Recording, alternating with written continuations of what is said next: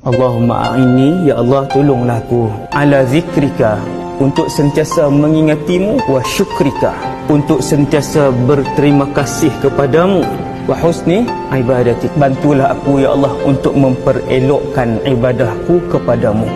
Doa ni Nabi ajar kepada Sayyidina Muaz.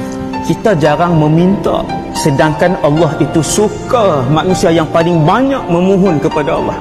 Lepas Nabi sebut tu, aku sayang kamu wahai Muaz, jangan tinggal tiap-tiap kali selepas kamu solat, selepas bagi salam, Allahumma a'inni ala zikrika wa syukrika wa husni ibadatik.